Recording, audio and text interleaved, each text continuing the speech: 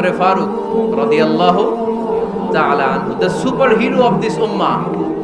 এই উম্মার super hero তিনি, ঠিক কি না? ওনার মুখের আগে লাঠি চলতো বেশি। সুবহানাল্লাহ পড়বেন না? মাঝে মাঝে লাঠি চালানোরও দরকার আছে না নাই? সাইয়েদনা উমরে ফারুক আমাদের জন্য অনুপ্রেরণা। He is the real super hero of Muslim উম্মাহ। তিনি এই উম্মার রিয়েল সুপার হিরো। এজন্য ওনার জীবনী থেকে আমরা কিছু শিক্ষা নেওয়ার চেষ্টা করব ইনশাআল্লাহ। পড়ে সাইয়েদনা উমরে ফারুক কিভাবে ইসলাম ধর্ম গ্রহণ করলেন, কিভাবে বিশ্বনবীর প্রাণের কলিজার টুকরা হলেন, এটা দিয়ে আমরা শুরু করি। আল্লাহ তাআলা সাইয়েদনা উমরে ফারুকের হৃদয়ের মধ্যে 3টা ধাক্কা মেরেছেন, ঈমানের ধাক্কা। আওয়াজ করে বলতে হবে কয়টা? জোরে বলেন তো কয়টা? 3টা ঈমানি ধাক্কা। এক হচ্ছে বিশ্বনবীর দোয়ার ধাক্কা, এক কি? দোয়ার ধাক্কা। 2 হচ্ছে সূরা হাক্কা দিয়ে দিয়েছেন আল্লাহ এক ধাক্কা, সুবহানাল্লাহ পড়বেন না? 3 হচ্ছে সূরাতু তাহা দিয়ে আল্লাহ দিয়েছেন আরেকটা ধাক্কা। এই 3টা ঈমানি ধাক্কা যখন সাইয়েদনা উমর ফারুকের হৃদয়ে লাগলো, উনি পড়তে আরম্ভ করেছেন আশহাদু আল্লা ইলাহা ইল্লাল্লাহ ওয়া আশহাদু আন্না মুহাম্মাদান আবদুহু ওয়া রাসূলুহু। চিল্লায়ে পড়েন আল্লাহু আকবার। বিশ্বনবী মক্কায় বসে বসে তাহাজ্জুদের সালাত পড়ে আল্লাহর কাছে দোয়া করলেন, আল্লাহুম্মা আইজ্জাল ইসলাম বিআহাব্বির রাজুলাইনি ইলাইক। ও আল্লাহ, 2 জন লোকের নাম বলবো, 2 জনের দরকার নেই। এই 2 জনের একজনকে আপনি ইসলামের সুশীতল ছায়া তলে এনে ইসলামকে বিজয় দান করে দেন। মুহূর্তের মধ্যে দোয়াটা কবুল করে নিয়েছে কে? বিশ্বনবী বললেন, আল্লাহ 2 জনের নাম বলবো আজকের দোয়ায়।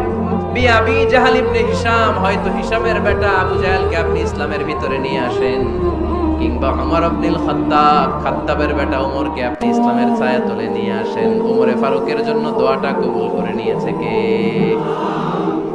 মক্কার যে অবস্থা, আল্লাহর হাবিব সাল্লাল্লাহু আলাইহি ওয়াসাল্লাম বুঝলেন মক্কার এই 2 জনের একজন যদি আমার সাথে না থাকে তাহলে মক্কায় দাওয়াতি কাজ চালিয়ে যাওয়া যাবে। আল্লাহর বললেন, আল্লাহ বেশি চাই না, এই 2 জনের একজন, হয় আবু জাহেল নয় ওমর, হয় আবু জাহেল নয় ওমর। বিশ্বনবী যখন দোয়া করলেন, এই দোয়ার একটা ঈমানি ধাক্কা, নূরানি ধাক্কা সাইয়েদনা ওমর ফারুকের হৃদয়কে স্পর্শ করে ফেলল। দোয়া ইজ লাইক এ মিসাইল। এই যে আমরা দোয়া করি, এটা মিসাইলের মতো। যুদ্ধে মিসাইল হামলা করে না? মিসাইল হামলা করার পরে এই মিসাইল লক্ষ্য বস্তুতে যে ভেদ করে, ঠিক কি না? তেমনি দোয়ার মতো যদি আপনি দোয়া করতে পারেন, আপনি যেই জন্য দোয়া করেছেন ঠিক ওই জায়গায় যে আপনার দোয়া স্পর্শ করে। সুবহানাল্লাহ পড়বেন না? বিশ্বনবীর দোয়ার মাধ্যমে প্রথমে সাইয়েদনা ওমর ফারুকের হৃদয়ে এক ধাক্কা লাগলো। 2 নম্বরে রব্বুল আলামিন সূরাতুল হাক্কা দিয়ে ওমর ফারুকের হৃদয়ের মধ্যে দিলেন এক ধাক্কা। পড়েন আল্লাহু আকবার। কোরআনের ভেতরে সূরাতুল হাক্কা নামে একটা সূরা আছে না নাই?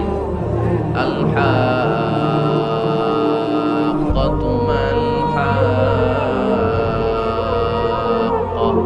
ওয়া মা আদরাকা মাল হাক্কা। পড়েন আল্লাহু আকবার। বিশ্বনবী যখন দোয়া করলেন, ওই দোয়া যখন সাইয়েদনা ওমর ফারুকের হৃদয়ে স্পর্শ করলো, সাইয়েদনা ওমর ফারুক সব সময় বিশ্বনবীরে ফলো করতে আরম্ভ করলেন।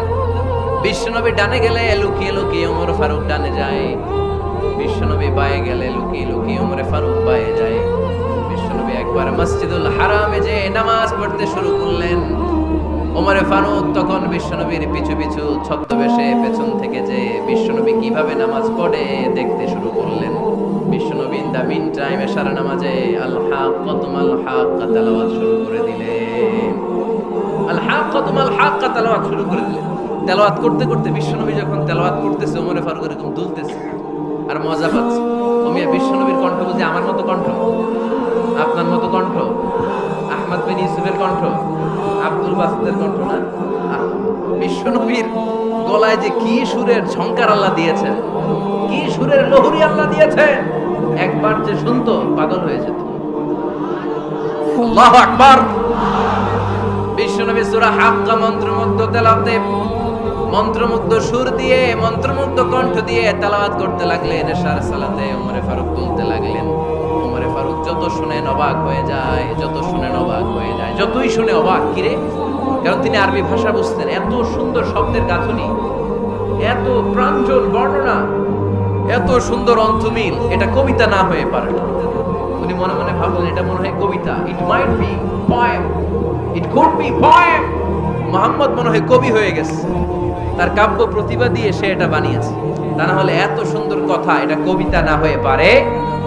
ইন দ্য মিন টাইম বিশ্বনবী কিন্তু দেখতেছে না যে পেছনে উমর।